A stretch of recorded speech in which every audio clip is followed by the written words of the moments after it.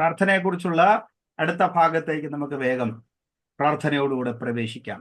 കർത്താവായ യേശുക്രിസ്തുവിന്റെ പ്രാർത്ഥനയെക്കുറിച്ചാണ് കഴിഞ്ഞ ക്ലാസ്സുകളിലായി നമ്മൾ പഠിച്ചുകൊണ്ടിരിക്കുന്നത്. ഇതിനിടയിൽ ഈ പ്രാർത്ഥിക്കുന്ന പ്രാർത്ഥന ഉടമസ്ഥനായ കർത്താവായ യേശുക്രിസ്തു ആരാകുന്നു എന്ന് ഞാൻ നിങ്ങളോട് പറഞ്ഞു. അതൊരു സാധാരണ വ്യക്തിത്വമല്ല. കർത്താവായ യേശുക്രിസ്തു ദൈവമാണ്. കർത്താവായ യേശുക്രിസ്തു അഭിഷക്തനാണ്.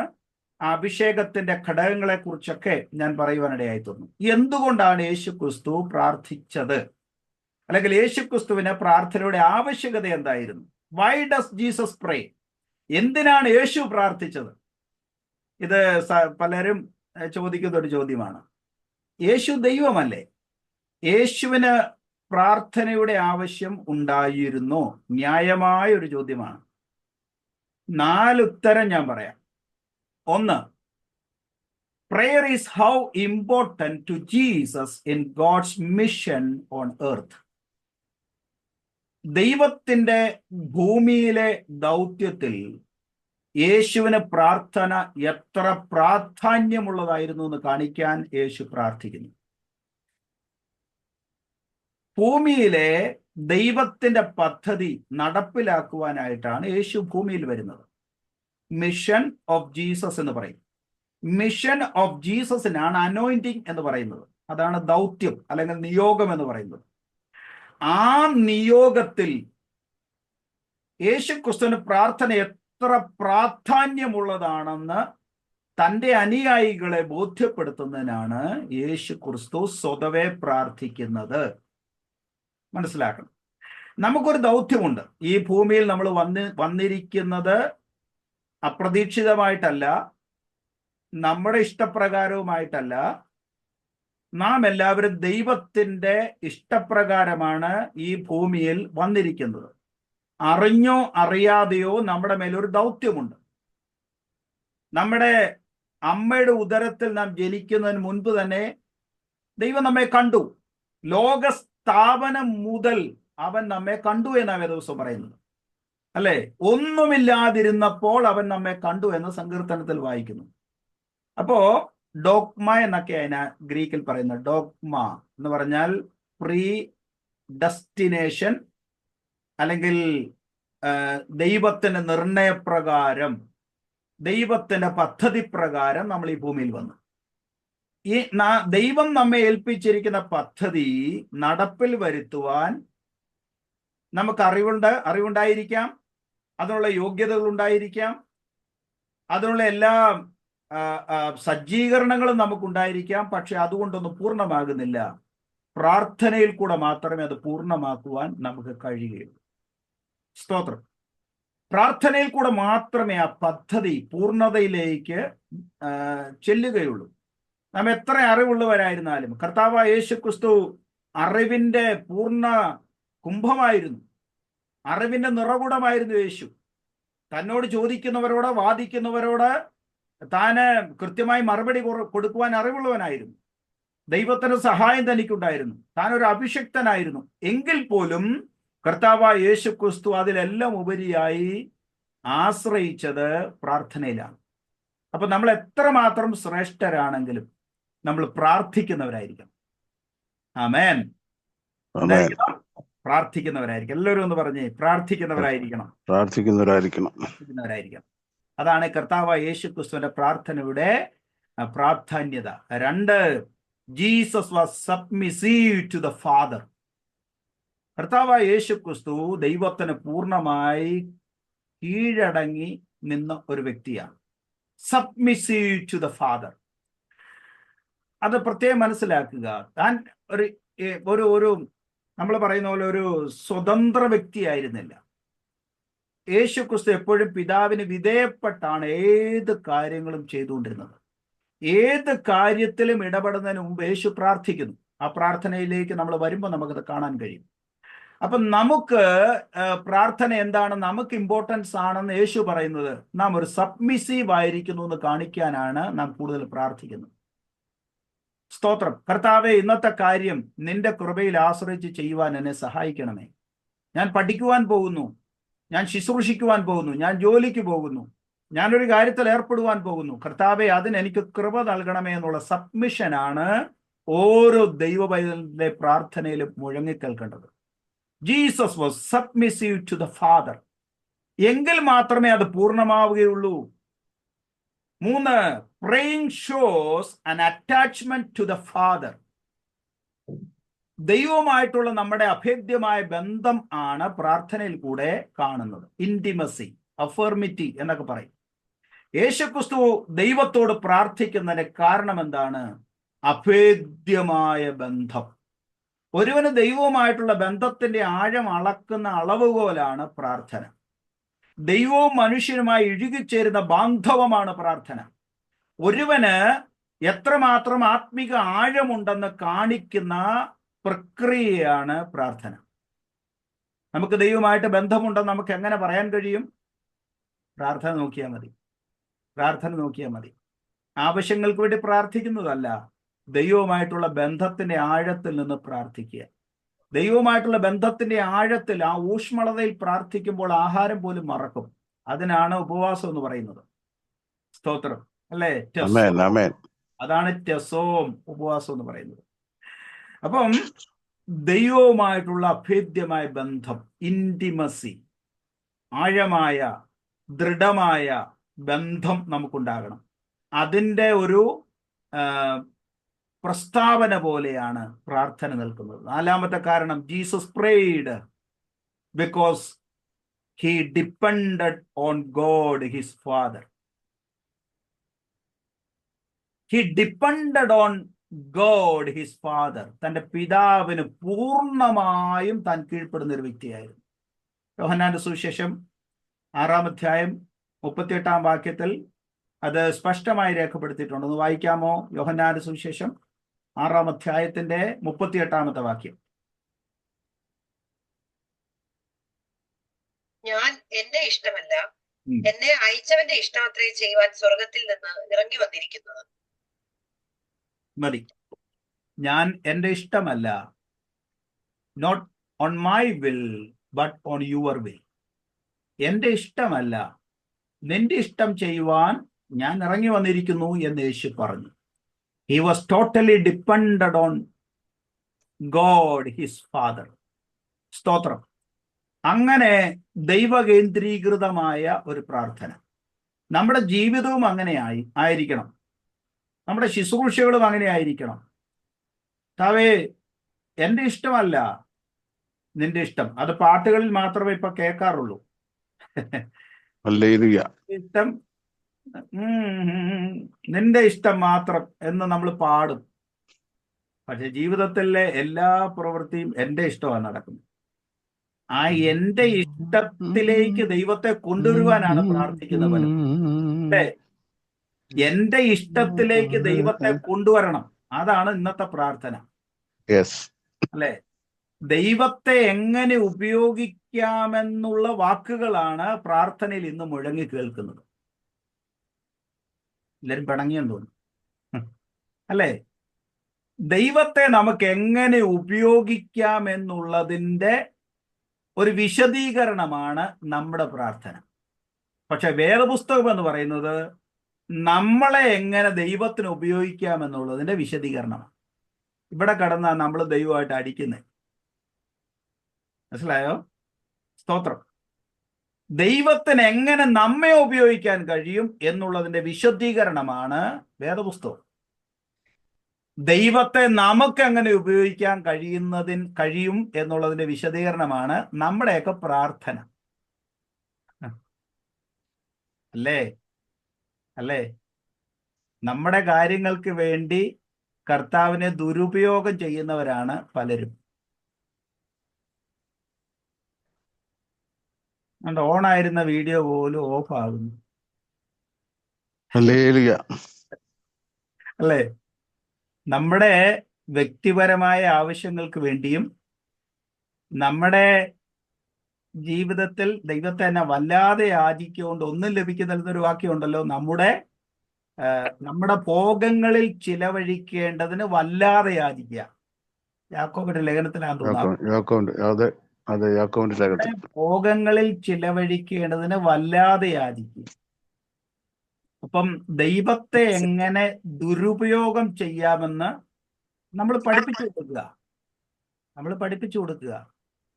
സ്തോത്രം. അതിനൊരു തിരുത്തലിടാനാണ് വേദപുസ്തകം പറയുന്നത്, വേണ്ടും പോലെ പ്രാർത്ഥിക്കുക. സ്തോത്രം. വേണ്ടാത്തതുപോലെ പ്രാർത്ഥിക്കുന്നത് നിർത്തിയിട്ട് വേണ്ടും പോലെ പ്രാർത്ഥിക്കണം. എങ്ങനെ പ്രാർത്ഥിക്കണം? അത് യാക്കോബ് ലേഖനത്തിൽ എഴുതിയിട്ടുണ്ട്. നിന്റെ ഇഷ്ടം എന്തെന്ന് തിരിച്ചറിഞ്ഞ് പ്രാർത്ഥിക്കണം. ദൈവത്തിന്റെ ഇഷ്ടം തിരിച്ചറിഞ്ഞ് പ്രാർത്ഥിക്കണം.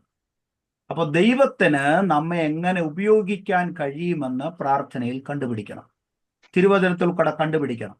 എന്നിട്ട് ദൈവത്തിന്റെ ഇഷ്ടത്തിന് മധ്യത്തിൽ വരണം. അപ്പൊ ചോദിക്കാതെ പോലും നമ്മുടെ ആവശ്യങ്ങളുടെ മേൽ ദൈവം ഇടപെട്ടിരിക്കും. Hallelujah, hallelujah. വേദപുസ്തകം പറയുന്നത്, seek the kingdom of God first and those things shall be added unto you. ഒന്നാമത് ദൈവത്തിന്റെ രാജ്യവും നീതിയും അന്വേഷിപ്പീൻ, അതോടുകൂടി ഇതൊക്കെയും നിങ്ങൾക്ക് നൽകും എന്ന് വേദപുസ്തകം പറയും. സ്തോത്രം.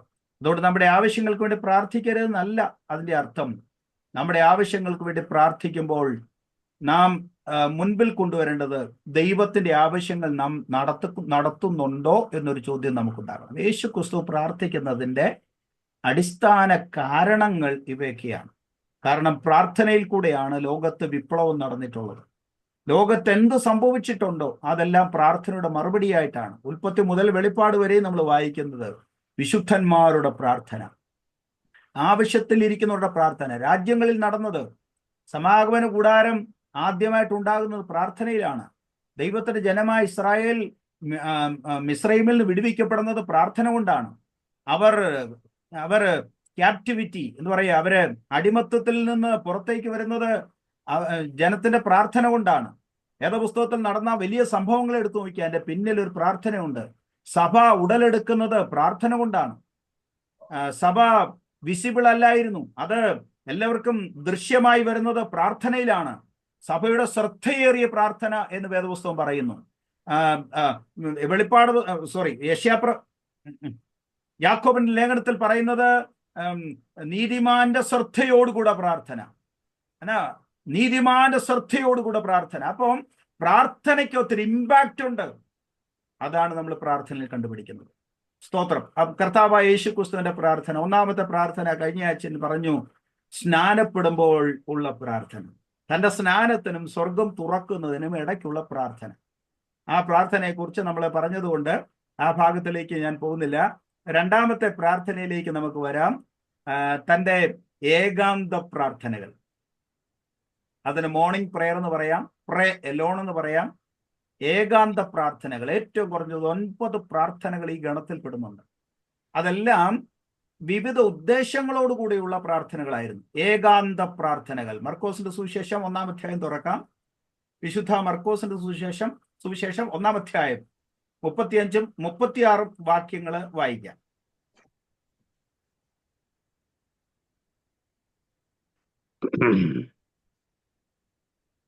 നാനാവ്യാധികളാൽ വലഞ്ഞിരുന്ന അനേകരെ അവൻ സൗഖ്യമാക്കി, അനേകം ഭൂതങ്ങളെയും പുറത്താക്കി. ഭൂതങ്ങൾ അവനെ അറിഞ്ഞുകൊണ്ട് സംസാരിപ്പാൻ അവയെ സമ്മതിച്ചില്ല. അധികാലത്ത് ഇരുട്ടോടെ അവൻ എഴുന്നേറ്റ് പുറപ്പെട്ട് ഒരു നിർജ്ജന സ്ഥലത്ത് ചെന്ന് പ്രാർത്ഥിച്ചു. ശിമോനും കൂടെയുള്ളവരും അവന്റെ പിന്നാലെ ചെന്ന് അവനെ കണ്ടപ്പോൾ എല്ലാവരും നിന്നെ അന്വേഷിക്കുന്നു എന്ന് പറഞ്ഞു. മതി. മർക്കോസിന്റെ സുവിശേഷം 1-ാം അധ്യായം 35-ാം വാക്യം. ഇത് കർത്താവായ യേശു ക്രിസ്തുവിന്റെ ശുശ്രൂഷയുടെ ഒരു പാറ്റേൺ എഴുതിയിരിക്കുന്ന അധ്യായമാണ് മർക്കോസ് 1, the pattern of Jesus ministry. ഞാൻ ഇതിനു മുമ്പ് ഇത് പറഞ്ഞിട്ടുള്ളതായിട്ട് എൻ്റെ ഓർമ്മയിൽ വരുന്നു. പല സ്ഥലങ്ങളിൽ പറയുകയും പഠിപ്പിക്കുകയൊക്കെ ചെയ്യുന്നതുകൊണ്ട് എനിക്ക് പലപ്പോഴും ഉറപ്പ് വരുന്നില്ല ഞാൻ ഇവിടെ തന്നെയാണോ പറഞ്ഞതെന്ന്. നിങ്ങൾക്കും അത് ഓർമ്മയില്ലാത്തത് കൊണ്ട് ഞാൻ കർത്താവിനെ വാഴ്ത്തുന്നു.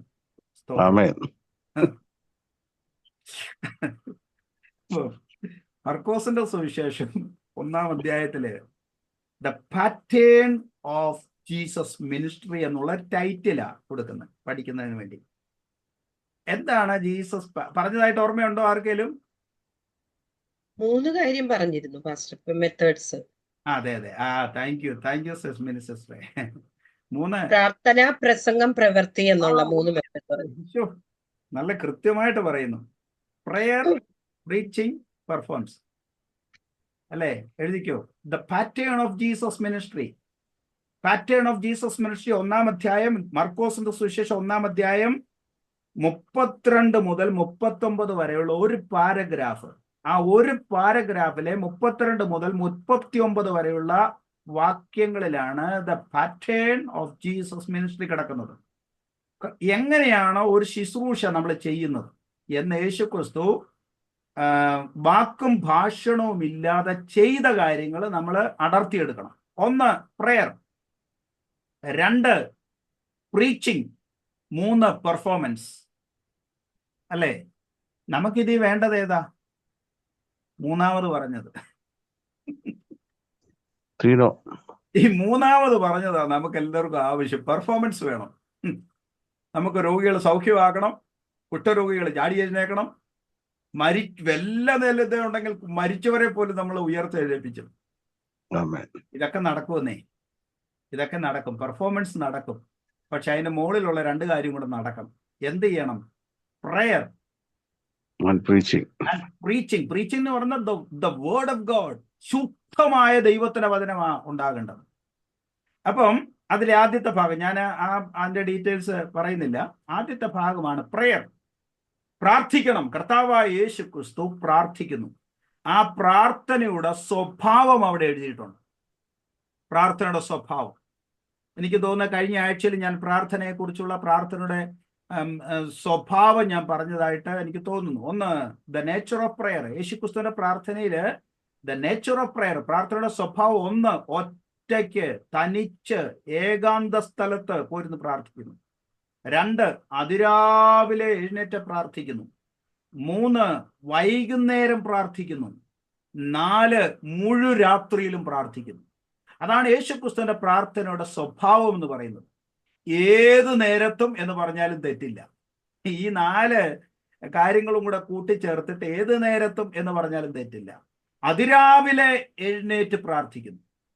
ഞാൻ നേരെ യാമങ്ങളെ കുറിച്ച് പറഞ്ഞത് ഇപ്പോൾ ഓർമ്മ വരുന്നുണ്ട്, അല്ലേ ഓമന സിസ്റ്ററെ? യാമങ്ങളെ കുറിച്ച് അതിരാവിലെ എഴുന്നേറ്റ് പ്രാർത്ഥിക്കുന്നു. അതിരാവിലെ ഇരുട്ടോടെ, പിന്നെ ഒറ്റയ്ക്ക് പോയിരുന്ന് പ്രാർത്ഥിക്കുന്നു, തനിച്ച് പോയിരുന്ന് പ്രാർത്ഥിക്കുന്നു, വൈകുന്നേരങ്ങളിൽ പ്രാർത്ഥിക്കുന്നു, മുഴുരാത്രിയിലും യേശു പ്രാർത്ഥിക്കുന്നു.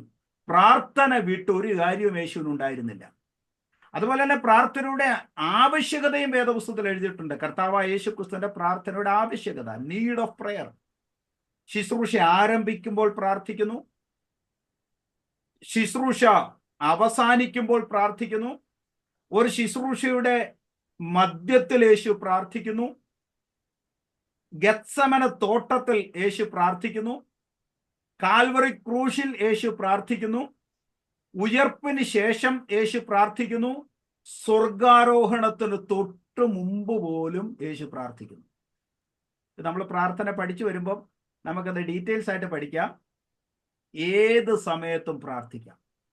ഹല്ലേലൂയ. അത് നമുക്ക് കാണിച്ചു തന്നത് നമ്മുടെ വാഴ്ത്തപ്പെട്ടവനായ കർത്താവാണ്.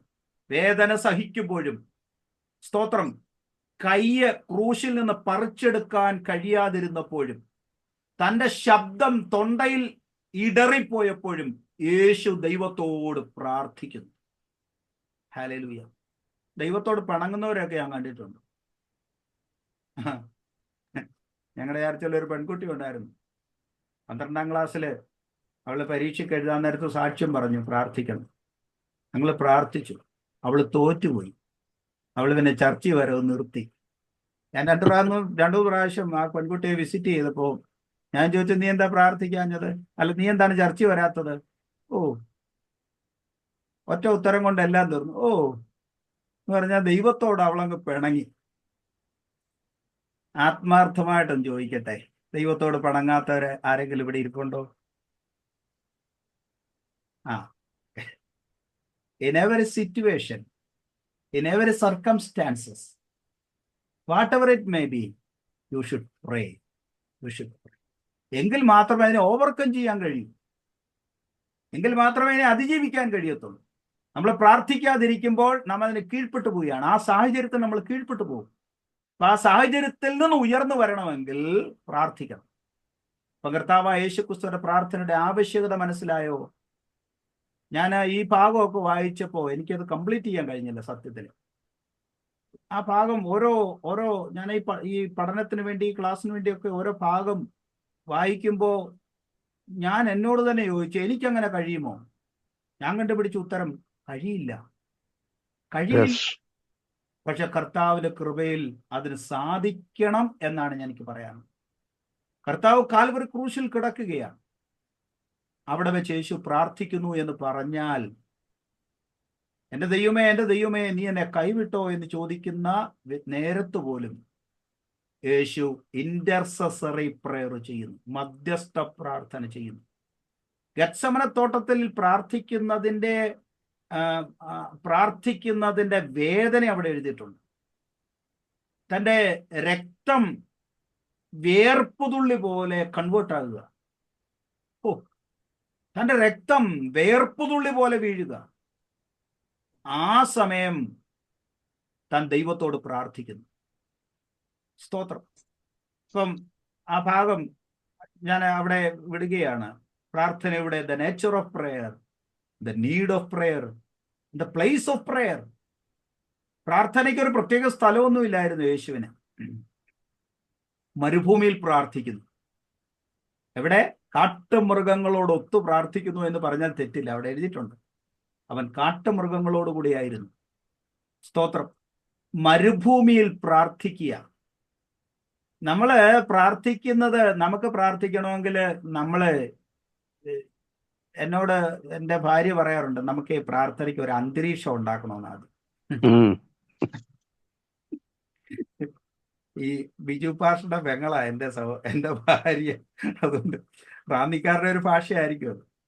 നമുക്ക് ഒരു അന്തരീക്ഷം വേണം. അത് തെറ്റില്ലെന്നേ, തെറ്റില്ല. ഞാൻ തെറ്റായിട്ടോ കുറ്റമായിട്ടോ ഒന്നും പറയല്ല. പ്രാർത്ഥിക്കാനൊരു അന്തരീക്ഷം എല്ലായിടത്തും ഉള്ളതാ.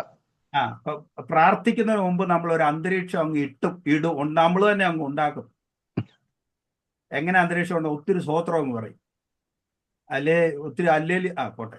അപ്പോൾ ഒരു അന്തരീക്ഷം നമ്മൾ അങ്ങ് ഉണ്ടാക്കും. ആ അന്തരീക്ഷം ഇല്ലാതെ നമ്മൾ പ്രാർത്ഥിച്ചാൽ നമുക്കൊരു തൃപ്തി വരികയില്ല.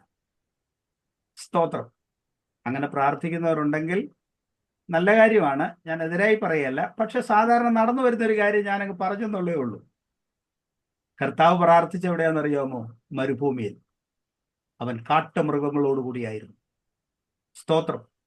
ഒരു അന്തരീക്ഷമില്ലാതിരുന്നപ്പോഴും ഹിംസ്ര ജന്തുക്കളുടെ നടുവിലും ക്ഷുദ്രജീവികൾ ആക്രമിക്കുന്നതിന് നടുവിലും എൻ്റെ ദൈവത്തോട് നിലവിളിക്കുന്ന ഒരു യേശുവിനെ നമ്മൾ കാണുന്നു. ഹല്ലേലൂയ. പ്രിയപ്പെട്ടവരെ, നമ്മുടെ പ്രാർത്ഥന ഇങ്ങനത്തെ ഒരു പ്രാർത്ഥന ആയിരിക്കട്ടെ. ഒന്ന്, മരുഭൂമിയിൽ പ്രാർത്ഥിക്കുന്നു. പിന്നെ മലമുകളിൽ കയറി പ്രാർത്ഥിക്കുന്നു. പർവ്വതത്തിൽ കയറി യേശു ദൈവത്തോട് പ്രാർത്ഥിക്കുന്നു. പർവ്വതം സുരക്ഷിതമായ ഒരു സ്ഥലമായിട്ട് ആരും കണക്കാക്കുന്നില്ല. ക്ഷുദ്രജീവികളും അതുപോലെ തന്നെ കഴുകനെ പോലെയുള്ള പക്ഷികളും ഒക്കെ ഒളിച്ചിരിക്കുന്ന താവളമാണ് ഉയർന്ന സ്ഥലങ്ങൾ. ആ സ്ഥലത്തേക്ക് യേശു കയറിപ്പോവുകയാണ്. കയറിപ്പോയിട്ട് മലമുകളിൽ പോയിരുന്ന കർത്താവ് പ്രാർത്ഥിക്കുന്നു. കടലിൽ വെച്ച് യേശു പ്രാർത്ഥിക്കുന്നു. നല്ല പ്രാർത്ഥിക്കാൻ നല്ല കൊള്ളാവുന്ന സ്ഥലമല്ലേ കടല്. സ്തോത്രം. ഞാൻ ആലപ്പുഴയിൽ ചെന്നിട്ട് ഒരു ദിവസം ഈ ബോട്ടിനകത്തൂടെ ഒന്ന് പോയി. അന്ന് പ്രാർത്ഥിച്ച പോലെ ജീവിതത്തിൽ ഒരിക്കലും പ്രാർത്ഥിച്ചില്ല. ഈ കടലിലെ പ്രാർത്ഥനയുടെ ആ രുചി എനിക്ക് മനസ്സിലായത് അങ്ങനെയാ. കാരണം ഈ എന്നാ സംഭവിച്ചെന്ന് അറിയത്തില്ല, എല്ലാരും കൂടെ ഒന്ന് കാറി. ഈ ബോട്ടിനകത്ത് ഇരുന്നവരെല്ലാം വാ വിട്ട നിലവിളിച്ചു. വെള്ളം കുലുങ്ങിയോ? ബോട്ട് കുലുങ്ങിയതാ. ഇതങ്ങ് ഈ ഓളത്തിനകത്തോ ഇത് കടലും കായലും കൂടെ സംഗമിക്കുന്ന ഒരു സ്ഥലം കാണിക്കാമെന്നും പറഞ്ഞാൽ ഇദ്ദേഹം ഞങ്ങളെ കൊണ്ടുപോയത്. ആലപ്പുഴയിൽ കടലും കായലും കൂടെ ചേരുന്ന ഒരു സ്ഥലത്ത് കാണിക്കാമെന്ന് പറഞ്ഞു. അപ്പൊ ഇത് കാണാൻ എല്ലാവർക്കും എന്നെ ആഗ്രഹമായിരുന്നു, അറിയാം. നമുക്കത് കാണണം, ഇല്ല കണ്ടില്ലെങ്കിൽ ജീവിതം എന്തുവാ, ജീവിതം വെറും നരകമായി പോകും. നമുക്ക് അവിടെ പോയി ഈ കായലും കടലും കൂടെ സംഗമിക്കുന്ന സ്ഥലം നമുക്കൊന്ന് പോയി കാണണം. എല്ലാവരും പറഞ്ഞാൽ പോകാം. ഇതിൽ ഒറ്റ ഒരെണ്ണം കടല് പോയിട്ട് കായൽ പോലും കണ്ടിട്ടില്ലാത്ത സ്ഥലത്തു നിന്നുള്ളവരാ വടക്കേണ്ടി എന്നുള്ള ആളുകൾ. കായലും കടലും തമ്മിൽ സംഗമിക്കുന്നത് ജീവിതത്തിൽ ഒരിക്കലും മറക്കാത്തൊരു കാര്യമായിരുന്നു. ഹല്ലേലൂയ. ഓക്കെ. അപ്പൊ യേശു ക്രിസ്തു കടലിൽ വെച്ച് പ്രാർത്ഥിക്കുന്നു. എന്തോ എന്താ പറ്റിയെന്നൂടെ പറഞ്ഞു. അവിടെ കിടന്ന് വട്ടം കറങ്ങി. അവിടെ ഒരു തിരമാല ഇങ്ങോട്ട് വന്നു, അത് ഇച്ചിരി കൂടിപ്പോയി. അപ്പൊ അത് അവിടെ കിടന്നിട്ട് അത് അങ്ങ് വട്ടം കറങ്ങി. കുറെ നേരം വട്ടം കറങ്ങി. ഞാൻ എന്റെ പ്രാണനെ കർത്താവിന്റെ കയ്യിലേക്ക് ഏൽപ്പിച്ചു. നമ്മൾ എന്തോ ചെയ്യുക അല്ലാതെ ഒന്നും ചെയ്തിട്ട് കാര്യമില്ല. ഈ കാപ്പിപ്പടി അച്ഛൻ എന്ന് പറയുന്ന അച്ഛന്റെ കൂട്ടത്തിൽ ഒരിക്കൽ ഞാൻ ഫ്ലൈറ്റ് യാത്ര ചെയ്തു. ആ അച്ഛൻ എൻ്റെ അടുത്തായിരുന്നു. ഞങ്ങൾ ഒത്തിരി വർത്തമാനമൊക്കെ പറഞ്ഞാ പോയെ. അപ്പൊ ഈ മദ്രാസിൽ ചെന്നപ്പോഴത്തേക്കിന് മദ്രാസിൽ നിന്ന് ഈ ഫ്ലൈറ്റ് ഉയർന്നപ്പോ ഇതങ്ങ് മുകളിലോട്ട് ചെന്നിട്ട് താഴോട്ടൊരൊറ്റ വരവ് താഴോട്ടങ്ങ്. അതിലിരുന്നവർ മുഴുവൻ നിലവിളിച്ചു. എന്താ സംഭവിച്ചെന്ന് ഞാനിത് മനസ്സിലാക്കുന്നതിന് മുമ്പ് ഇതെല്ലാം സംഭവിച്ചു കഴിഞ്ഞു. ഈ മേളിലിരുന്ന സാധനങ്ങൾ മുഴുവൻ താഴെ വീണു. ആകെ ഫ്ലൈറ്റ് ആടി ഉലഞ്ഞു. വലിയ പ്രശ്നമായി. ഒരു എയർ ബബിളിനകത്ത് അങ്ങോട്ട് കയറിയത്, ഒരു ടർബുലൻസിന്റെ അകത്ത് എന്തോ സംഭവിച്ചെന്ന് അറിഞ്ഞുകൂടാ. പിന്നീട് ഞങ്ങൾ എയർപോർട്ടിൽ ഞങ്ങളെല്ലാവരും ആംബുലൻസിൽ കയറ്റി ഹോസ്പിറ്റലിൽ കൊണ്ടുപോകായിരുന്നു. ഈ അവിടുന്ന് മദ്രാസിന് ഈ സംഭവം എല്ലാം കഴിഞ്ഞപ്പോ ഈ അച്ഛൻ ഇങ്ങനെ ഒരു വളരെ കൂസലും ഇല്ലാതിരിക്കുന്നു. ഞാൻ അദ്ദേഹത്തോട് ചോദിച്ചു എന്താ പറ്റിയത്. അച്ഛൻ എന്നോട് പറഞ്ഞു, ഇവിടെ വെച്ച് നമ്മൾ ഈ നിലവിളിച്ചിട്ടും കസേര ഇറുക്കി പിടിച്ചിട്ടും എന്തോ ചെയ്യാനാ, 30,000 അടി മുകളിൽ വെച്ച് നമ്മൾ എന്തോ ചെയ്തിട്ട് എന്താ കാര്യം, ആത്മാവിനെ ദൈവത്തിന്റെ കയ്യിൽ ഏൽപ്പിച്ചിട്ടാ ഞാൻ നേരത്തെ കയറിയിരിക്കുന്നത് എന്ന് പറഞ്ഞതുപോലെയാ. കടലിൽ വെച്ച് പ്രാർത്ഥിക്കുന്നു. പ്രാർത്ഥനയുടെ സ്ഥലമാണ് ഞാൻ ഈ പറഞ്ഞത്. പ്രാർത്ഥനയുടെ സ്ഥലം, അടുത്ത പ്രാർത്ഥനാ സ്ഥലമാണ് പൊതുവിൽ പ്രാർത്ഥിക്കുന്നു. പബ്ലിക്കിൽ യേശു പ്രാർത്ഥിക്കുന്നു. അത് പല സ്ഥലങ്ങളുണ്ട്. കൂട്ടമായി പ്രാർത്ഥിക്കുന്നു, ഒരു വീട്ടിൽ വെച്ച് പ്രാർത്ഥിക്കുന്നു, കല്ലറയ്ക്കൽ വെച്ച് പ്രാർത്ഥിക്കുന്നു, തോട്ടത്തിൽ വെച്ച് പ്രാർത്ഥിക്കുന്നു, ക്രൂശിൽ വെച്ച് പ്രാർത്ഥിക്കുന്നു. ഇതാണ് പ്രാർത്ഥനയുടെ സ്ഥലങ്ങൾ. വളരെ അനുകൂലമായ സാഹചര്യങ്ങളൊന്നുമല്ല ഈ പ്രാർത്ഥനയുടെ സ്ഥലങ്ങൾ. എല്ലാം വൈരുദ്ധ്യങ്ങൾ നിറഞ്ഞതും ഭീകര സ്വഭാവമുള്ളതും പ്രാർത്ഥിക്കാനുള്ള അനുകൂല സാഹചര്യങ്ങൾ ഒന്നുമില്ലാത്തിരുന്ന സ്ഥലങ്ങളാണ്. അവിടെയൊക്കെയാണ് യേശുക്രിസ്തുവിന്റെ പ്രാർത്ഥനയുടെ പ്രാധാന്യത നമ്മൾ ശ്രദ്ധിക്കേണ്ടത്. ഹല്ലേലൂയ. നമ്മൾ പ്രാർത്ഥനയ്ക്ക് തിരഞ്ഞെടുക്കുന്ന സ്ഥലങ്ങൾ അനുകൂലമായ സാഹചര്യമായിരിക്കും. നമ്മൾ പ്രാർത്ഥനയ്ക്ക് ആത്മാവ് നമ്മളെ ഹേമിക്കുന്നത് പരിസരങ്ങളൊക്കെ ശാന്തമായ ഒരു സ്ഥലമായിരിക്കും. പക്ഷെ പ്രാർത്ഥിക്കേണ്ടതായ സ്ഥലം എവിടെയാണെന്ന് അറിയാമോ? പ്രാർത്ഥനയ്ക്ക് പ്രേരണ ലഭിക്കാതിരിക്കുമ്പോഴും അനുകൂലമായ സാഹചര്യം ഇല്ലാതിരിക്കുമ്പോഴും പ്രാർത്ഥിക്കുവാനായിട്ട് ഒരു ഹേമവും ഒരു ഉത്സാഹവും തോന്നാതിരിക്കുമ്പോഴും ദൈവത്തോട് പ്രാർത്ഥിക്കുന്ന ഒരു ഹൃദയം നമുക്ക് ഉണ്ടായിരിക്കുകയാണ്. പ്രാർത്ഥിക്കുന്ന ഒരു സ്വഭാവം. ഹല്ലേലൂയ. അപ്പൊ പ്രാർത്ഥിക്കുന്നതെന്ന് പറയുന്നത് വളരെ വളരെ വേദന നിറഞ്ഞൊരു കാര്യമാണ് പ്രിയപ്പെട്ടവർ. പ്രാർത്ഥിക്കുന്ന വേദന നിറഞ്ഞൊരു കാര്യമാണ്. നമ്മളെല്ലാം ഇന്ന് പ്രാർത്ഥിക്കുന്നത് കംഫോർട്ട് സ്റ്റേജിലെ നമ്മൾ പ്രാർത്ഥിക്കാൻ തിരഞ്ഞെടുക്കും. എല്ലാ പണികളെല്ലാം ഒതുക്കി എല്ലാ കാര്യങ്ങളൊക്കെ മാറ്റിവെച്ച് വീട്ടിലൊരു ഡിസ്റ്റർബൻസ് ഒന്നും ഇല്ലാതിരിക്കുമ്പോൾ അത് ഞാൻ എതിരല്ല. പക്ഷേ അങ്ങനെയാണ് നമ്മൾ പ്രാർത്ഥനയ്ക്ക് സ്വാഭാവികമായിട്ട് സമയങ്ങളെയും ഒക്കെ സാഹചര്യങ്ങളെയും ഒക്കെ തിരഞ്ഞെടുത്ത് വരുന്നത്. പക്ഷെ യേശുവിന്റെ പ്രാർത്ഥന അങ്ങനെയൊന്നും അല്ലായിരുന്നു. അങ്ങനെ പ്രാർത്ഥിക്കുവാൻ നിങ്ങളെ തന്നെ വിധേയപ്പെടുത്തിയാൽ യേശു ചെയ്തതുപോലെയും യേശു അനുഭവിച്ചതുപോലെയുള്ള ഡിവൈൻ ആയിട്ടുള്ള ബ്രേക്ക് ത്രൂ നമുക്ക് ഹല്ലേലൂയ അങ്ങനെ നമുക്ക് അനുഭവിക്കുവാൻ കഴിയും. അപ്പൊ കർത്താവായ യേശു ക്രിസ്തുവിന്റെ പ്രാർത്ഥന ഏറ്റവും കുറഞ്ഞത് ഞാൻ മനസ്സിലാക്കിയെടുത്തോളം ഒരു 9 prayers. അതിനെ വേദപുസ്തകത്തിലെ പഠിതാക്കൾ പറയുന്നത് he retreat ചെയ്തെന്ന 9 times Jesus retreated to be alone with God.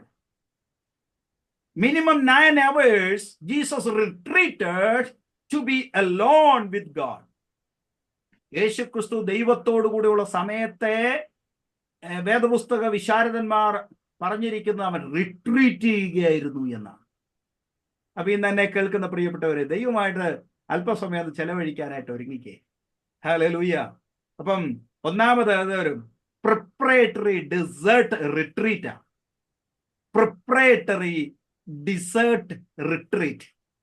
സ്തോത്രം. അതാണ് മർക്കോസ് സുവിശേഷം 1:12 എഴുതിയിരിക്കുന്നത്. ഒന്ന് വായിച്ചേ, മർക്കോസ് 1:12. അനന്തരം ആത്മാവ് അവനെ മരുഭൂമിയിലേക്ക് പോകുവാൻ നിർബന്ധിച്ചു. അവിടെ അവൻ സാത്താനാൽ പരീക്ഷിക്കപ്പെട്ട് 40 ദിവസം മരുഭൂമിയിൽ കാട്ടുമൃഗങ്ങളോട് കൂടെ ആയിരുന്നു. ദൂതന്മാർ അവനെ ശുശ്രൂഷിച്ചു പോന്നു. കണ്ടോ, ഇതാ ഞാൻ പറഞ്ഞത്. അത് പ്രിപ്പറേറ്ററി പ്രയർ എന്നാ അത് പറയുക. ഇൻ ദ ഡിസേർട്ടിൽ ഇൻ ദ റിട്രീറ്റ്, അവിടെ അവൻ സാത്താനാൽ പരീക്ഷിക്കപ്പെട്ടു. അപ്പം 4 കൂട്ടം ആളുകൾ ആ പ്രാർത്ഥനയിലുണ്ട്. ഒന്നുകൂടെ പറഞ്ഞ 5 കൂട്ടം. ഒന്ന് ദൈവം, 2 കർത്താവായ യേശുക്രിസ്തു പ്രാർത്ഥിക്കുന്നു, കാട്ടുമൃഗങ്ങൾ 4 പാടും നിൽക്കുന്നു, അടുത്തത് ദൂതന്മാര് അവനെ ശുശ്രൂഷിക്കുന്നു, പിശാച് പരീക്ഷിക്കുന്നു. എത്ര പേരുണ്ട് പ്രാർത്ഥനയില്? ഒന്ന് എണ്ണി പറഞ്ഞു. 5 പേര്. ദൈവം, കർത്താവായ യേശുക്രിസ്തു, 3 കാട്ടുമൃഗം, 4 സാത്താൻ, 5 ദൂതന്മാര്. പ്രധാനപ്പെട്ട വൈവിധ്യങ്ങളുള്ള 5 പേര് ഒന്നിച്ചു നിൽക്കുമ്പോൾ, 4 പേര് ചുറ്റും നിൽക്കുമ്പോൾ എൻ്റെ യേശു പ്രാർത്ഥിക്കുന്നു. സാഹചര്യം അനുകൂലമല്ല, ചുറ്റുപാട് അനുകൂലമല്ല. ഇടത്തോട്ട് നോക്കിയാൽ കാട്ടുമൃഗം, വലത്തോട്ട് നോക്കിയാൽ സാത്താൻ, മേളിലേക്ക് നോക്കിയാൽ ദൈവം, മുന്നിലേക്ക് നോക്കിയാൽ ദൂതന്മാര് അടുത്ത് നിൽക്കും. ഹല്ലേലൂയ. നമ്മൾ പ്രാർത്ഥിക്കുമ്പോൾ 2 കൂട്ടരെ കാണുള്ളൂ. ഒന്നേ കാട്ടുമൃഗത്തെ കാണും, അല്ലെ സാത്താനെ കാണും.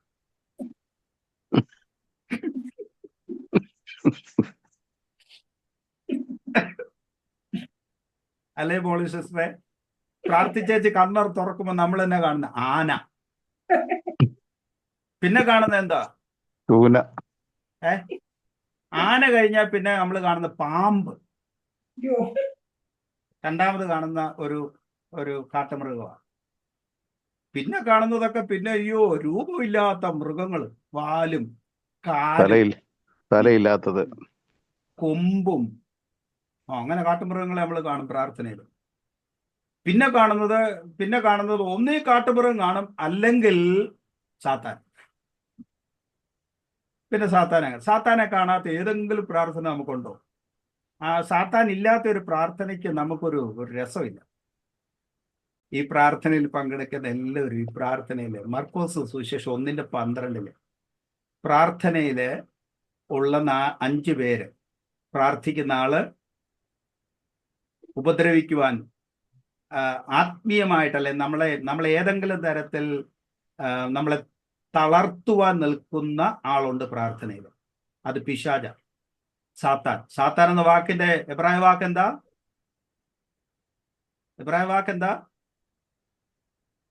അയ്യോ, നഹാഷ്.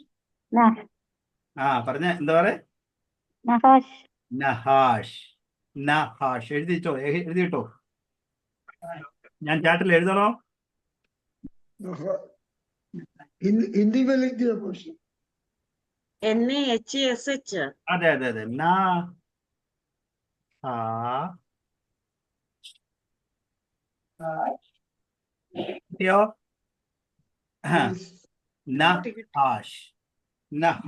നഹാഷ് എന്ന് പറഞ്ഞ പിശാചെന്നല്ല, പതുങ്ങിയിരിക്കുന്നത് എന്നർത്ഥം. പതുങ്ങിയിരിക്കുന്നത് എന്നാണ് ആ വാക്കിനർത്ഥം കേട്ടോ. അപ്പൊ അതാണ് പിശാച് എന്ന വാക്ക് മലയാളത്തിൽ തർജ്ജമ ചെയ്തിരിക്കുന്നത്. അതുകൊണ്ടാ പതുങ്ങിയിരിക്കുന്നത് എന്നുള്ള അർത്ഥം വരുന്നത് കൊണ്ടാണ് പാമ്പ് എന്ന് പേരിട്ടിരിക്കുന്നത്. ഉൽപ്പത്തി പുസ്തകത്തിൽ പാമ്പ്, വെളിപ്പാട് പുസ്തകത്തിൽ പഴയ പാമ്പ്. പാമ്പുകളെയും തേളുകളെയും എന്ന് പറഞ്ഞാൽ പാമ്പ് എന്തുവാ? പതുങ്ങിയിരിക്കുന്നത് എന്ന് പറഞ്ഞാൽ ദൃശ്യമല്ലാത്തത്. നിങ്ങൾക്ക് ഡിസപ്പോയിൻമെന്റ് കൊണ്ടുവരിക, ഡിസ്കറേജ് ചെയ്യുക, നിങ്ങളുടെ മുൻപിൽ നിങ്ങൾ അറിയാതെ ഒളിഞ്ഞിരിക്കുന്നതൊക്കെയും പൈശാചികമാണ്. ആദാമും ഹവ്വായും അവരുടെ മുമ്പിൽ പാമ്പായിട്ട് വരിക, പതുങ്ങിയിരിക്കുക. അല്ലേ? അതിന്റെ ആഗ്രഹം നിന്നോടാകുന്നു, നീ അതിനെ കീഴടക്കണം. അപ്പൊ ഈ പിശാചിനെ കുറിച്ചുള്ള വാക്യങ്ങളെല്ലാം ഒന്ന് എടുത്തു നോക്കിക്കേ. പതുങ്ങിയിരിക്കുക, തന്ത്രങ്ങൾ മെനയുക. പിശാചിന്റെ തന്ത്രങ്ങളെ നിങ്ങൾ അറിയാത്തവരല്ലല്ലോ, അല്ലേ? അവിടെ ഇംഗ്ലീഷ് എഴുതിയിരിക്കുന്നത് don't you know that the schemes of Satan, മറ്റൊരു translation the plans of Satan, മറ്റൊരു translation the devices of Satan. അപ്പൊ പിശാചിന് പ്ലാൻ ഉണ്ട്, പിശാചിന് സ്കീമുണ്ട്, പിശാചിന് ഡിവൈസ് ഉണ്ട്.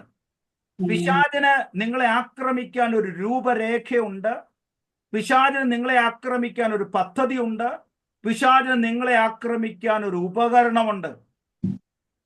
അതെല്ലാം മറഞ്ഞിരിക്കുന്നതാണ്, അതെല്ലാം മറഞ്ഞിരിക്കുന്നതാണ്. സ്തോത്രം. അപ്പൊ ഈ മറഞ്ഞിരിക്കുന്ന ശത്രു എപ്പോഴും നമുക്കുണ്ടാകും, നമ്മുടെ പ്രാർത്ഥനയിൽ ഉണ്ടാകും. അത് മറന്നു പോകരുത്. മറന്നിരിക്കുന്ന ഇതിനെക്കുറിച്ച് സാത്താൻ എന്ന സബ്ജക്റ്റ് വരുമ്പോൾ ഞാൻ പറയാം. പക്ഷെ അറ്റ്ലീസ്റ്റ് ഇത്രയും കാര്യം മനസ്സിലാക്കുക. നിങ്ങളുടെ മുമ്പിൽ, യേശുവിന് മുൻപിൽ തകർക്കുവാൻ ശ്രമിക്കുന്ന, തന്നെ ഡിസ്കറേജ് ചെയ്യുവാനും തന്നെ തളർത്തിക്കളയുവാനും ഒരു പൈശാചിക സമൂഹം കാത്തുകെട്ടി തന്റെ പ്രാർത്ഥനയുടെ മുമ്പിലുണ്ടായിരുന്നു. യേശുവിന്റെ അടുത്ത പിശാച് വന്നത് എപ്പോഴാന്ന് പറയാമോ? ഈ ഉപവാസമാണല്ലോ ഇത്, 40 നാള്. യേശുവിന്റെ അടുക്കൽ പിശാച് വന്നത് എപ്പോഴാ?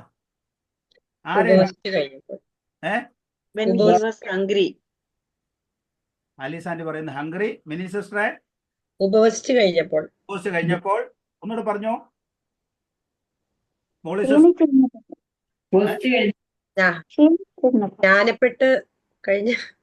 ജ്ഞാനപ്പെട്ട് കഴിഞ്ഞപ്പോ when he was physically weak. ആള് മാറിയല്ലോ. ഞാൻ തന്നെയാ പാസ്റ്റർ പറയുന്നത്, when he was physically weak. ഇനി എന്തെങ്കിലും ഉത്തരവുണ്ടോ ആരെങ്കിലും?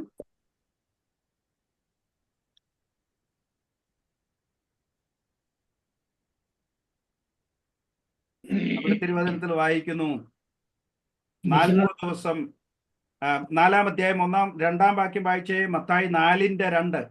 മത്തായി 4:2. Matthew chapter 4:2. അവൻ 40 രാവും 40 പകലും 40 രാവും ഉപവസിച്ച ശേഷം അവന് വിശന്നു. അപ്പോൾ പരീക്ഷകൻ അടുത്തു വന്നു. അപ്പോൾ വളരെ ഇമ്പോർട്ടന്റ് ആണ് കേട്ടോ. ഞാനിത് ഈ ടർഗും എന്ന് പറയുന്ന ഒരു പുസ്തകമുണ്ട്, ടർഗും. അത് എബ്രായ വേദപുസ്തകത്തിന്റെ തർജ്ജമയായി അല്ലെങ്കിൽ ഇന്റർപ്രിട്ടേഷനായി യഹൂദന്മാർ വിശ്വസിക്കുന്ന ഒരു പുസ്തകമാണ് ടർഗും. ആ ടർഗും നിങ്ങൾ വായിക്കണം. അത് വായിക്കണം എന്ന് പറഞ്ഞാൽ അത് പുറത്ത് കിട്ടുന്ന ഒരു കാര്യമല്ല, നമ്മൾ കിട്ടാൻ ബുദ്ധിമുട്ടാണ്. ടർഗും എൻ്റെ കയ്യിലുണ്ട്, ടർഗും. ഈ ടർഗും വായിച്ചാൽ ഇതിൻ്റെയൊക്കെ ഇന്റർപ്രിട്ടേഷൻ കിട്ടും. ഈ മോശ പാറയിൽ 2 പ്രാവശ്യം അടിച്ചെന്ന് എഴുതിയിരിക്കുന്നു. നമ്മളത് മലയാളത്തിൽ വായിച്ചാൽ ഈ 2 പ്രാവശ്യം അടിച്ചാൽ സീക്രട്ട് കിട്ടത്തേ ഇല്ല, എങ്ങും കിട്ടത്തില്ല. പക്ഷെ ടർഗുമിൽ എഴുതിയിട്ടുണ്ട് ഈ 2 പ്രാവശ്യം അടിച്ചത് എന്തിനാ.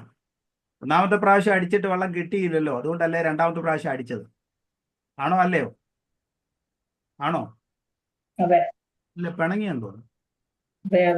ഒന്നാമത്തെ അല്ലാതെ ടക് 2 പ്രാവശ്യം അടിക്കുകയല്ലായിരുന്നല്ലോ, ഇങ്ങനെ അങ്ങനെ അടിക്കുകയല്ലായിരുന്നു. 1-ാമത്തെ പ്രാവശ്യം അടിച്ചു, വെള്ളം കിട്ടിയില്ല, വീണ്ടും അടിച്ചു വീണ്ടും അടിച്ചു. ഓക്കെ, അപ്പൊ എനിവേ അത് പോട്ടെ. അവന് വിശന്നു അപ്പോൾ എപ്പോഴാ പിശാച് അടുത്ത് വരുന്നേ? വിശക്കുമ്പോഴാ അടുത്ത് വരുന്നത്. അതുവരെ ചുറ്റും നിൽക്കും. പക്ഷെ നിങ്ങൾക്ക് വിശക്കുന്നു എന്ന് കാണുമ്പോൾ ഈ പരീക്ഷകൻ അടുത്തു വരും. നമുക്ക് പലതിനെ ചൊല്ലിയും വിശപ്പുണ്ട്. നമ്മുടെ വിശപ്പ് എന്തിനാണെന്നും പിശാചിനറിയാം. ആ വിശപ്പിന് കൃത്യം അതിന് റെമഡി ആയിട്ട് പിശാച് വരുമെന്ന് ഞാനൊരു ദൂത ദൈവമക്കളോട് പറയും. ഹല്ലേലൂയ. നമ്മുടെ ശാരീരിക വിശപ്പ് എന്തിനാണെന്ന് പിശാചിന് അറിയാം. കൃത്യ ഉത്തരവുമായിട്ട് പിശാച് വരും. സ്തോത്രം. മറക്കരുത്, ഒരിക്കലും മറക്കരുത്. Praise God. ഹല്ലേലൂയ. അപ്പം പിശാച് ആരാണ്? നഹാശാണ്, പതുങ്ങിക്കിടക്കുന്നവനാണ്. അറിയാതെ നമ്മുടെ വഴിത്താരയിൽ അറിയാതെ പതുങ്ങി നമ്മെ കൊത്തുവാൻ, നമ്മെ നശിപ്പിക്കുവാൻ, ഇല്ലാതാക്കുവാൻ, നമ്മുടെ പദ്ധതികളെയൊക്കെ തകർക്കുവാൻ നമ്മുടെ വഴിയിൽ, ശുശ്രൂഷയിൽ ഇവൻ പതുങ്ങിക്കിടക്കും. പ്രാർത്ഥനയോടുകൂടെ ഇറങ്ങി പുറപ്പെടണം. ഇറങ്ങി പുറപ്പെടണം. ഹല്ലേലൂയ. ഹല്ലേലൂയ. അപ്പം സാത്താനുണ്ട്, പിന്നെ ആരുണ്ട്? കാട്ടുമൃഗങ്ങളുണ്ട്. അത് സിംബോളിക് മീനിങ് ആണ്. കാട്ടുമൃഗങ്ങൾ. കർത്താവായ യേശുക്രിസ്തുവിന്റെ ക്രൂശിന്റെ ചുവട്ടിൽ കാട്ടുമൃഗങ്ങൾ ഉണ്ടെന്ന് എഴുതിയിരിക്കുന്നു. എന്ന് പറഞ്ഞാൽ അവിടെ ആനയും കുതിരയും പോയി നിന്നെന്നല്ല. അതൊക്കെ സിംബോളിക് മീനിങ് ആണ്. പൈശാചിക രൂപങ്ങളാണ്. പൈശാചിക രൂപങ്ങളുള്ള, രൂപത്തിൽ മൃഗങ്ങളായി തോന്നുന്ന പൈശാചിക സ്വഭാവമുള്ള ഹിംസ്ര ജന്തുക്കളും ക്ഷുദ്രജീവികളും പൈശാചിക സ്വഭാവവുമായിട്ട് നിങ്ങളെ തകർക്കുവാൻ വരും. മനുഷ്യന്റെ രൂപത്തിൽ വരും, മൃഗത്തിന്റെ രൂപത്തിലും വന്നേക്കാം. ഹല്ലേലൂയ. ദൈവമക്കൾ പ്രാർത്ഥനയിൽ എന്നെ ജയിക്കണം. ഹല്ലേലൂയ. എന്നാൽ മറ്റൊരു കാര്യം, എന്റെ ദൈവം അവിടെയും നിങ്ങളെ കൈവിടുന്ന ദൈവമല്ല. അവൻ അദൃശ്യരായ ദൂതന്മാരെ വിടും. ഹല്ലേലൂയ. അവർ നിങ്ങളെ ശുശ്രൂഷിക്കും. നിങ്ങളുടെ ഉപവാസ പ്രാർത്ഥനയിൽ ദൈവത്തിന്റെ ആത്മാവിന്റെ ദൈവസഹായം എപ്പോഴും ഉണ്ടാകും. അവനെ നിങ്ങൾ കാണുന്നില്ലായിരിക്കും. നിങ്ങൾ കാണുന്നത് പിശാചിനെ ആയിരിക്കും. നിങ്ങൾ കാണുന്നത് കാട്ടുമൃഗ സ്വഭാവമുള്ളവരെ ആയിരിക്കും. പക്ഷെ ഒന്നും കൂടെ കണ്ണുയർത്തി നോക്കിക്കേ, അങ്ങയെ സഹായിക്കുവാൻ, പ്രാർത്ഥനയിൽ സഹായിക്കുവാൻ ദൈവത്തിന്റെ കോടാനുകോടി ദൂതന്മാരെ ദൈവം അയച്ചിട്ടുണ്ട്. അയച്ചിട്ടുണ്ട്. സ്തോത്രം. അവർ നമ്മളെ ശുശ്രൂഷിക്കും. നമ്മളേത് വിഷമഘട്ടത്തിലായാലും അവിടെ നിന്ന് പുറത്തു വരുവാൻ ദൈവം തന്റെ ആത്മാവിനാൽ, ദൂതന്മാരാൽ നമ്മളെ സഹായിക്കും. യേശു ഫലവത്തായ ശുശ്രൂഷ ചെയ്യുവാൻ കർത്താവ് ഇടവരുത്തിയൊരു രംഗമാണ് നമ്മളവിടെ കാണുന്നത്. നമുക്ക് പ്രാർത്ഥിക്കാം. കർത്താവ് പ്രാർത്ഥിച്ചതുപോലെ നമുക്ക് പ്രാർത്ഥിക്കാം. എല്ലാവരും അല്പസമയം പ്രാർത്ഥനയ്ക്കായിട്ട് ഒന്ന് ഒരുങ്ങിക്കേ. 2 മിനിറ്റ് എല്ലാവരും ഒന്ന് പ്രാർത്ഥനയ്ക്കായി കണ്ണുകൾ അടച്ചേ.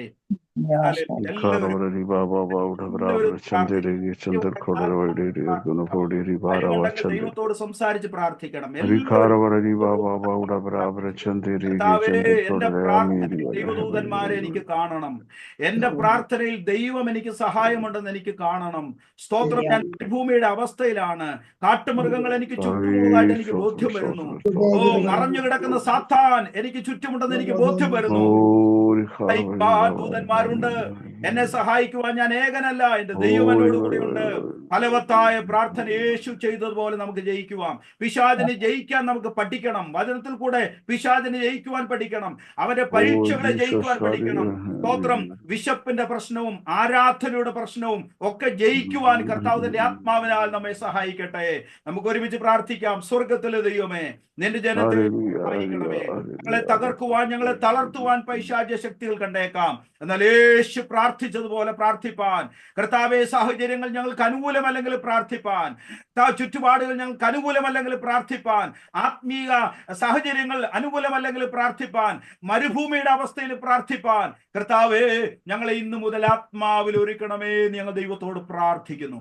സ്തോത്രം, സ്തോത്രം. ഞാൻ ഏകനാണ്, എന്റെ ചുറ്റും പ്രാർത്ഥിക്കുവാൻ ആരുമില്ല എന്ന് വിചാരിച്ച് നിരാശപ്പെടുവാനല്ല, ആ സമയത്ത് പ്രാർത്ഥിപ്പാൻ ദൈവമേ എന്നെ സഹായിക്കണമേ എന്ന് ഞങ്ങൾ ദൈവത്തോട് പ്രാർത്ഥിക്കുന്നു. കർത്താവേ, പ്രാർത്ഥനാ സംഗമത്തിൽ പങ്കെടുത്ത എല്ലാ പ്രിയപ്പെട്ടവരെയും ദൈവകരങ്ങളിൽ ഏൽപ്പിക്കുന്നു. അവർക്കൊക്കെ ഓരോരോ ആവശ്യങ്ങളുടെ മുഖത്താണ് നിൽക്കുന്നത്, ഏകാന്തതയിലാണ് നിൽക്കുന്നത്, മരുഭൂമിയിലാണ് നിൽക്കുന്നത്, പൈശാചിക ചുറ്റുപാടുകളിലാണ് നിൽക്കുന്നത്, കാട്ടുമൃഗങ്ങളോടുകൂടെ നിൽക്കുന്നവർ കണ്ടേക്കാം. യേശുവിന്റെ നാമത്തിൽ അവർക്ക് വേണ്ടി ഞങ്ങൾ പ്രാർത്ഥിക്കുന്നു. യേശുവിന്റെ നാമത്തിൽ പ്രാർത്ഥിക്കുന്നു. അവരതിൽ പുറത്തു വരട്ടെ. യേശുവിന്റെ നാമത്തിൽ ആ സാഹചര്യത്തിൽ പുറത്തു വരട്ടെ. വിടുതൽ അനുഭവിക്കട്ടെ. ഒരു ബ്രേക്ക് ത്രൂ അവർക്ക് ഉണ്ടാകട്ടെ എന്ന് പ്രാർത്ഥിക്കുന്നു. കർത്താവേ, എല്ലാവരെയും കർത്താവിന്റെ നാമത്തിൽ അനുഗ്രഹിച്ച് പ്രാർത്ഥിക്കുന്നു. പ്രാർത്ഥന കേട്ടതിനായി സ്തോത്രം. കർത്താവായ യേശു ക്രിസ്തുവിന്റെ നാമത്തിൽ തന്നെ. ആമേൻ, ആമേൻ, ആമേൻ.